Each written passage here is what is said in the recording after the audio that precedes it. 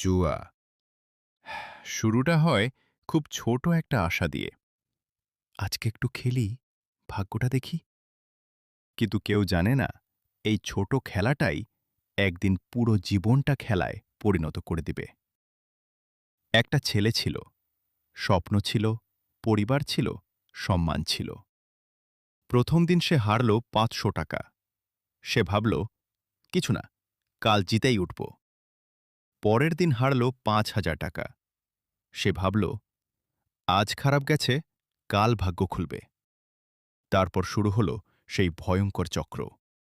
হার থেকে ফিরে পাওয়ার আশা থেকে আবার হার। এটাই জুয়ার আসল ফাঁদ। জুয়া কখনো মানুষকে জিততে দেয় না। জুয়া শুধু মানুষকে জিতার আশা দেয়। আর এই আশাটাই মানুষকে ধ্বংস করে। ধীরে ধীরে সে বদলাতে লাগল। মায়ের সাথে কথা বলা কমে গেল। বন্ধুদের এড়িয়ে চলা শুরু করল। রাত জাগা শুরু হল। মোবাইলটাই হয়ে গেল তার পৃথিবী। কারণ তার মাথায় শুধু একটা চিন্তা, আগামী রাউন্ডে আমি জিতব। কিন্তু বাস্তবতা কি জানো? জুয়ার টাকায় কেউ ধনী হয় না। জুয়ার টাকায় শুধু সময় নষ্ট হয়, সম্মান নষ্ট হয়, সম্পর্ক নষ্ট হয়। একসময় সে ধার করা শুরু করল, বন্ধুর কাছ থেকে, আত্মীয়র কাছ থেকে, শেষে পরিবারের কাছ থেকেও।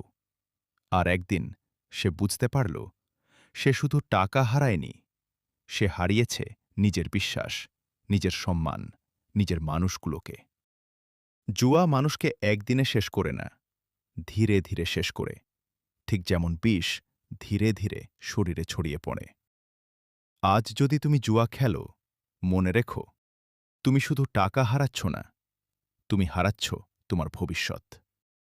জীবনে সফল হতে চাইলে ঝুঁকি নাও, কিন্তু জুয়া খেলো না। কারণ পরিশ্রম ভাগ্য বদলায়, কিন্তু জুয়া শুধু জীবনটাই বদলে দেয় খারাপের দিকে।